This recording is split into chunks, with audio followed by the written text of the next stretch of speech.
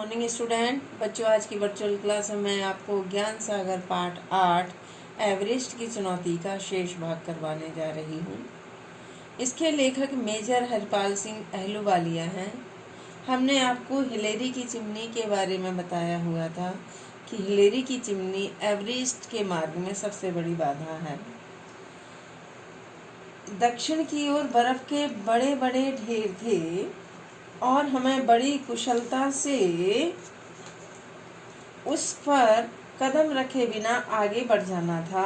उन्हें देखकर डर लगता था कि बीच में चल रहे रावत ने जिम्मा लिया कि हम दक्षिण की ओर ना जाएं और हमारे कदम चट्टानी हिस्से पर ही पड़ते रहें। यहाँ कुछ बड़ी बड़ी चट्टानें थी जो नीचे से ढीली थी। कई बार हमें कूदकर एक से दूसरी चट्टान पर जाना पड़ता। इन चट्टानों के बीच से नीचे की ओर नजर डालते ही हम थर्रा उठते। नीचे 250 से 3000 मीटर तक गहरे गार थे। गार का मतलब होता है नीची जमीन या गड्ढा। अब हम हिलेरी की चिमनी के ठीक नीचे पहुंच गए। इसी बाधा का हमें सबसे अधिक डर था। हर पर्वतारोही इस चिमनी से परिचित है जो चट्टान और बर्फ के ढेर के बीच 13 मीटर ऊंची खड़ी है। चट्टान पर हाथ या पैर जमाने की कोई जगह नहीं है और बहुत ज़्यादा चिकनी होने के कारण यह बहुत बड़ी समस्या है। मैंने बहुत कोशिश की लेकिन मैंने बहुत कोशिश की कि हाथ रखने की जरा सी जगह पा जाऊं, पर मुझे कुछ नहीं मिला। बर्फ के ढेरों के कारण दक्षिण की ओर से इसे पार करना बहुत खतरनाक था। बाईं ओर भी ढलवा चट्टानें थी जिन्हें पार करना असंभव था। फू दोरजी इस पर चढ़ने की कोशिश करता लेकिन वह बार बार फिसलता ही रहा। तब उसने चट्टान में बर्फ की कुल्हाड़ी की मदद से छेद करने की कोशिश की और उसके सहारे ऊपर चढ़ा। वह जमी हुई बर्फ में अपने जूतों की कीलें गाड़ देता और कुल्हाड़ी की मदद से शरीर का वजन संतुलित करते हुए अचानक कुल्हाड़ी को घुमाकर ऊपर दीवार में गाड़ देता। ये देखो, ये दिख रहा है ना, आप इस तरह से कुल्हाड़ी है और ये दीवार में इसने इसको गाड़ा हुआ है और इस तरह ऊपर चढ़ जाता है। ये देखिए, चढ़ रहा है धीरे धीरे। रावत उसे सहारा दिए था। फू दोरजी तनिक सा भी फिसलता तो हम तीनों नीचे आ रहते, क्योंकि तीनों ही एक ही रस्से से बंधे हुए थे। आखिरकार फू दोरजी बिल्कुल ऊपर पहुंच गया। हमें दिखाई देना बंद हो गया। वह जमीन की चोटी पर पहुंच गया। रावत चट्टान पर फिसल रहा था और उसके बाद मुझे फू दोरजी ने ऊपर खींच लिया। यहाँ भी बड़ी बड़ी चट्टानें थीं और जैसे ही हमने उन पर पैर रखा वे हिलने लगी। इस बाधा को पार करने में हमें 20 से 30 मिनट लगे होंगे। अब हम बर्फ के एक चबूतरे पर पहुँचे, ठीक है, और वहाँ पर कुछ देर सुस्ताने के लिए रुके।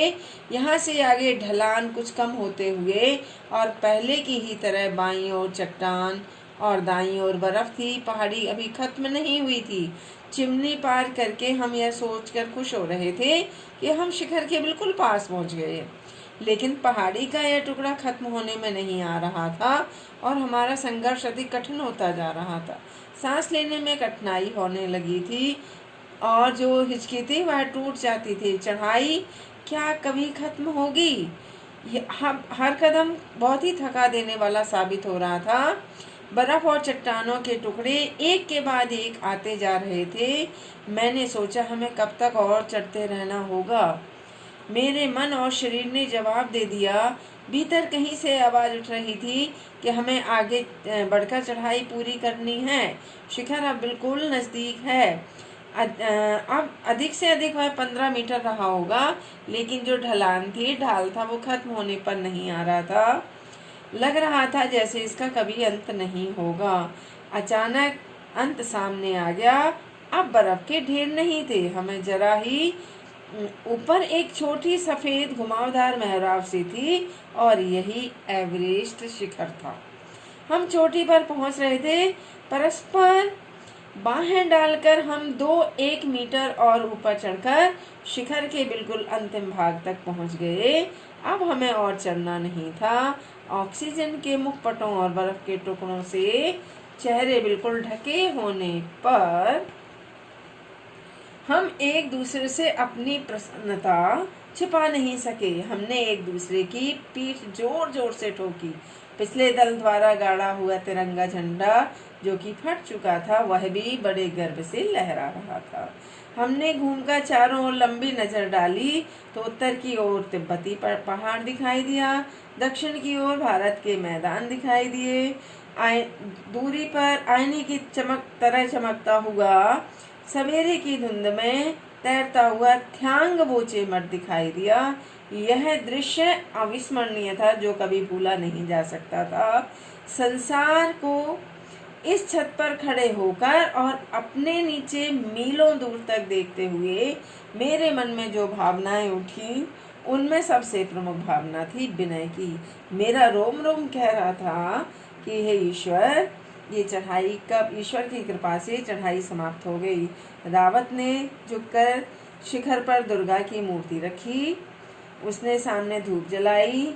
मैंने गुरु नानक का फोटो रखा, माला रखी। फूदोजू ने चांदी का एक लॉकेट रखा और दलाई लामा का फोटो लगा हुआ था। उसने भेंट स्वरूप चॉकलेट, बिस्कुट, मिठाई आदि भी रखी। मैं ठीक 10 बजे शिखर पर पहुंच गया। ऑक्सीजन खत्म हो रही थी। मैंने बिना समय नष्ट किए फोटो खींचने शुरू किए और इस तरह से मैंने दूसरे निकॉन कैमरे से चारों ओर बहुत से फोटो खींचे, जिसमें सबसे प्रमुख था तिब्बत में रंग बुक ग्लेशियर का था। मैंने उत्तरी पहाड़ी और उत्तर कोण की ओर दृष्टि डाली।